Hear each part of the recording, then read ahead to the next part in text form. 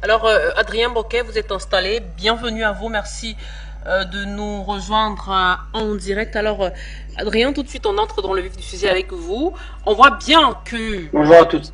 Oh, bonjour. On voit bien que, concernant ce conflit, l'aide occidentale, d'une certaine façon, s'accentue. Plus l'opération russe s'élargit. Alors, est-ce que on peut dire qu'il y a une sorte de surenchère, ou qu'il y aura une sorte de surenchère, parce que on sent bien que la surenchère n'est pas encore terminée, parce que maintenant, le président ukrainien Volodymyr Zelensky souhaite désormais que l'OTAN lui envoie des avions et des missiles de longue portée. Alors, bonjour à tous. Déjà, juste pour vous rappeler, je me trouve actuellement à 10 km de Soledar. Donc, je suis en plein sur la ligne de front. J'espère juste que je ne serai pas coupé comme il y a un mois. Voilà, juste pour vous rappeler la situation où je suis. Comme on le dit, moi, je suis un reporter de guerre qui est sur la ligne de front depuis plus de 8 mois, contrairement à d'autres qui sont derrière des bureaux à imaginer ce qui se passe. On va revenir effectivement sur les fameuses... moi, j'appelle ça des menaces et je vais vous expliquer pourquoi. En plus, ça tombe très bien. Comme vous le savez, je suis ancien militaire français et en plus, je suis ancien militaire français de l'armée de l'air française. Donc, je sais très bien comment se passe une formation, par exemple, d'un pilote de chasse. Effectivement, le régime de Kiev a demandé donc des missiles longue portée qu'il n'aura jamais et des avions de chasse. Des avions de chasse, je pense que c'est juste de l'intimidation. Mais comme l'a expliqué ma collègue tout à l'heure, c'est très logique. Déjà, pour faire une formation, bon, ils ont déjà des pilotes de chasse, mais des pilotes de chasse qui sont, on va dire, qui pilotent d'autres avions. C'est-à-dire que, imaginons que la France donne des Mirage 2000, les Américains des F-16, d'accord, ce sont des aéronefs, donc des avions de chasse qui sont complètement différents, qui ils doivent apprendre à piloter ces avions. Donc, imaginons, mais vraiment dans le cas extrême, une formation accélérée, extrêmement intensive, extrême. Il faut minimum 6 mois. Même pour un pilote de chasse lambda. Imaginons qu'il travaille jour et nuit. Bon, on peut imaginer tout. On va réduire à de moitié de 3 mois. Donc, vous ne pouvez pas descendre en dessous d'un délai de 3 mois pour former un pilote de chasse qui n'est pas habitué et qui n'a jamais piloté ce modèle d'avion. En dessous de 3 mois, c'est techniquement impossible. C'est-à-dire que vous pouvez avoir le meilleur pilote de chasse au monde, s'il n'a jamais piloté un F-16 de sa vie, ni un Mirage 2000 de sa vie, en moins de 3 mois, c'est impossible. Donc, j'ai gardé ce délai de 3 mois. Vous calculez, effectivement, ça laisse le temps aux Russes de se préparer, etc., etc. Et dans 3 mois, la guerre ne sera plus du tout pareille. Je l'ai déjà dit il y a quelques mois. Pour l'instant, nous avons une guerre actuellement hivernale, donc une guerre d'obus, une guerre de missiles, tout simplement parce qu'on atteint des températures qui vont jusqu'à moins 20, parfois moins 25. Il y a encore quelques semaines, on a des tempêtes polaires, si vous voulez, qui passent et qui nous amène jusqu'à moins 25 degrés. Là, ça s'est vachement calmé. On est entre 0 et moins 10 vraiment sur le maximum, mais ça reste quand même très froid. Comment dire, les cours d'eau sont gelés. Il y a la moitié de l'Ukraine, pratiquement la totalité du Donbass, on a de la neige un petit peu partout. Voilà, pour vous donner le contexte. Donc, pour l'instant, il n'y a pas vraiment de combat terrestre, hormis à Soledar. Enfin, Soledar, c'est un nettoyage, c'est-à-dire Soledar a été récupéré par les Russes, donc là c'est un nettoyage. Quand je dis un nettoyage, c'est-à-dire qu'il reste quelques snipers, des mines, etc. D'où pourquoi l'appellation nettoyage. Et actuellement, donc le combat terrestre continue au niveau de Bakhmout, qui aura de toute façon la même suite logique que Soledar, c'est-à-dire dans quelques semaines, Bakhmout tombera dans les mains russes, c'est une certitude. On peut laisser parler les pseudo-experts sur les autres chaînes qui pensent que Bakhmout va résister. Moi, je vous dis qu'il ne résistera pas. Je tiens à signaler que même les guerres terrestres ont débuté à Bakhmout avant Soledar. C'est-à-dire que à peu près 2 semaines avant, sur l'aile est de Bakhmout, des combats avaient commencé, puis a commencé Soledar, et bon, Soledar qui a été récupéré en premier, et Bakhmout, ils sont dans la continuité. Je vais revenir pour les avions. déjà, est-ce que les Américains et les Français vont passer cette ligne rouge? Moi, je vous le dis sincèrement, si cette ligne rouge est passée, moi, vous savez, je suis du côté russe, hein, je m'en cache pas, je l'ai toujours dit, je reste reporter indépendant, mais du côté russe, on m'insulte parce que je porte les insignes, mais ce qui est très bizarre, c'est que vous savez, moi, je suis allé en Ukraine. Mais quand j'étais du côté ukrainien et que je portais le drapeau ukrainien, etc., personne ne me disait rien. Donc maintenant, je suis du côté russe et je porte le drapeau russe, ça pose un problème. Voilà, tout ça est très ironique, mais il faut aussi comprendre que quand vous filmez même dans un camp, vous devez vous assimiler au camp, aussi tout simplement pour pas qu'on vous tire dessus. Tout simplement. Quand j'étais du côté ukrainien, j'avais donc des patchs ukrainiens pour que les militaires ukrainiens comprennent que je filme de leur côté et qu'on ne tire pas dessus. Et ben du côté russe, c'est exactement la même chose. Mais encore une fois, vous savez, il y a des gens qui sont un petit peu limités dans leur cerveau et qui ont du mal à réfléchir. Autre chose, je reviens donc pour les avions. Donc moi, je pense premièrement que c'est un coup de bluff. C'est-à-dire, c'est une pseudo-intimidation que Zelensky veut faire à Poutine, ce qui ne marchera pas. Car, moi, je vous le confirme, hein, pour la Russie, effectivement, les missiles longue portée et les avions, c'est la ligne rouge. Cette ligne rouge, si elle est franchie, je dis bien si elle est franchie, les conséquences seront terribles. Je vous rappelle déjà, premièrement, il y a pratiquement 200 000 hommes qui sont en train d'être formés, qui sont sur la fin de formation, qui sont formés du côté de Lugansk, du côté russe, et du côté de Rostov, donc en Russie, dans différentes unités. On est à peu près à 180 000 hommes qui sont en train de terminer leur formation. Ces 180 000 hommes vont être déployés dans quelques mois, à partir du printemps, au niveau des lignes de front.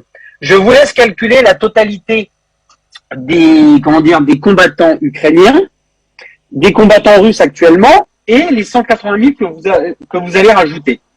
Ça voudrait dire que d'ici 2-3 mois, la Russie sera pratiquement juste en soldats x3, voire x4 au-dessus de la puissance, on va dire, terrestre ukrainienne. Ce qui va être terrible pour les Ukrainiens, terrible. C'est-à-dire que là, aujourd'hui, pour l'instant, la guerre est assez figée, elle est terrible au niveau des bombardements. Ça, je peux en témoigner moi-même. Hein. On est bombardé jour et nuit, mais ça va dans les deux sens. Mais quand la guerre terrestre va reprendre, c'est-à-dire au printemps, dès que les températures vont commencer à 5-10 degrés, les chars vont plus être embourbés, tous les véhicules terrestres vont pouvoir avancer, la guerre va littéralement changer. On a eu une guerre en 2022 qui était assez, excusez-moi du terme, normale. La guerre de 2023 va être épouvantable. Et je vous dis ça, moi je suis sur place, on voit les soldats arriver, on voit les chars, les tanks arriver, en train de se préparer, etc. Les Russes ont énormément de moyens, énormément d'armes. D'ailleurs, je pense que vous avez vu le reportage de Régis Le Sommier, reporter de chez Omerta, qui passe dans à peu près tous les médias. Je voudrais faire un petit aparté sur Régis Le Sommier, que j'apprécie énormément, que je connais un petit peu, car je suis passé à Valeurs Actuelles avec lui pendant plus de 2 heures. C'est un très très bon reporter de guerre, mais je tiens à dire, mais je voulais juste regarder ce que j'ai sur le bras ici, d'accord? C'est un patch d'une unité qui s'appelle des vétérans de Poutine, d'accord? C'est une unité des forces spéciales dont je ne fais pas partie, mais je travaille avec eux depuis de nombreux mois. Je les filme et notamment ils me protègent. Pourquoi je vous dis ils me protègent? Parce que vous savez que je suis menacé de mort par les services secrets ukrainiens, mais pas que. Donc grâce à cette unité, je reste en vie au Donbass. Pourquoi je vous parle de cette unité? Parce que Régis Le Sommier est venu 10 jours avec son équipe et a tourné avec des combattants de cette unité. Je voudrais juste préciser que Régis Le Sommier est arrivé dans le Donbass en secret. C'est-à-dire qu'il a demandé à que les correspondants français, c'est-à-dire moi, Christelle Néant, Xavier Moreau et d'autres, ne soient pas au courant de sa venue du Donbass. Vous savez pourquoi? Parce que il n'a pas voulu s'assimiler à nous, tout simplement pour pas qu'on le traite de pro-russe, on va dire, et qu'il ait des problèmes en France. Je vais juste pointer là-dessus parce que, alors, le reporter très bien, il dit des vérités qui sont très bien, sauf il dit pas toute la vérité. C'est-à-dire que il a demandé à ne pas apparaître et à ne pas nous rencontrer volontairement, alors qu'il était dans le même camp.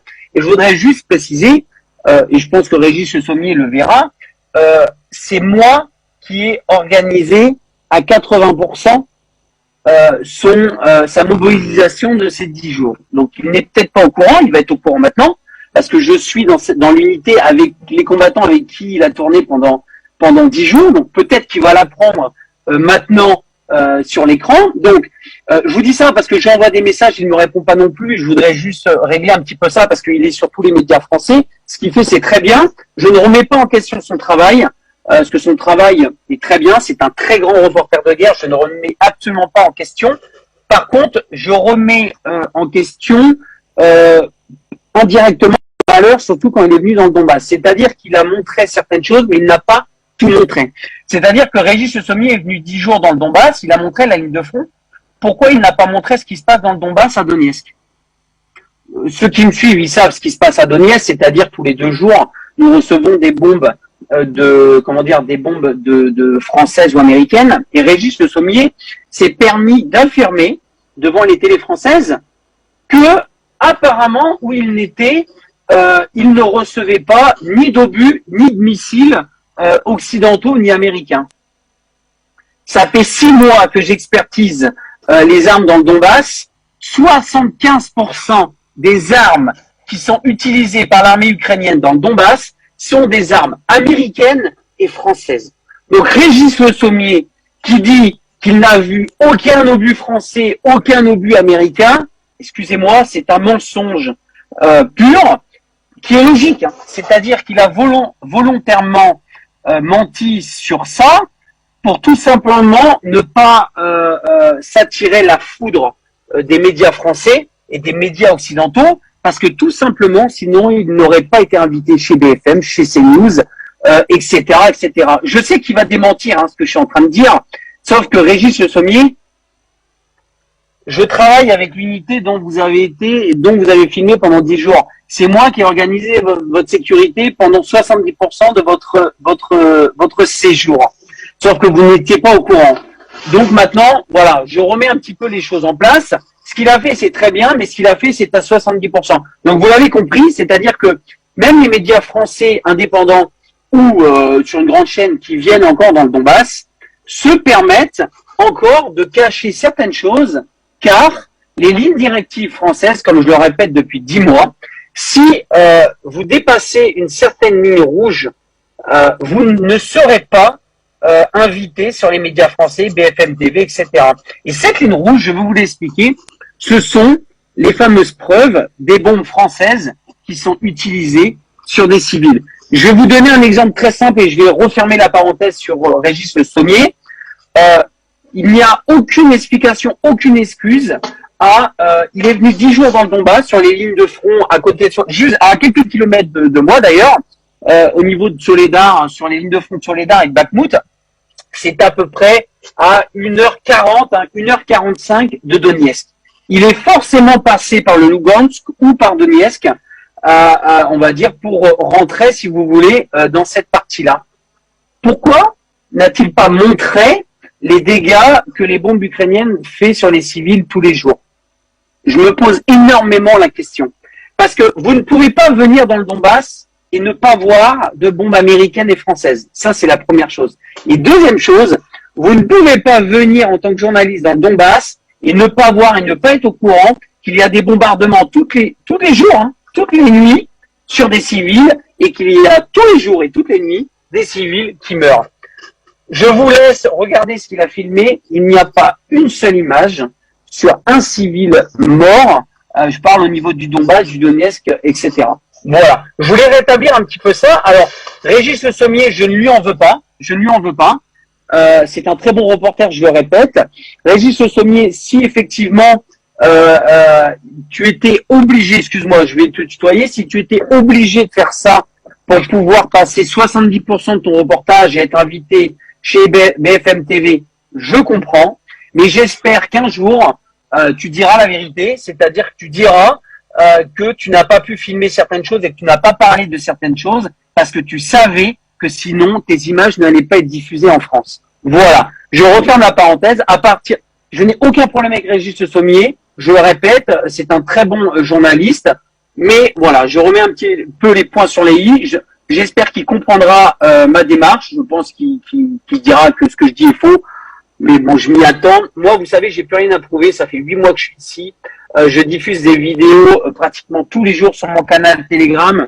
Brut, c'est-à-dire qu'il n'y a aucun montage, rien du tout. Donc on peut pas me croire. Bah, regardez mes images. Mes images, moi, c'est pas des faux cadavres. Hein. Les enfants qui sont morts sur les bords de route à Donetsk, c'est pas un comédien de 6 ans avec une flaque de sang, une fausse flaque de sang avec du ketchup. Hein. D'accord. Juste pour préciser. D'accord, Adrien Bocquet. Alors voilà.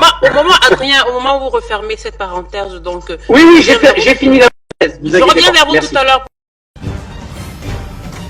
Afrique Média, le monde, c'est nous.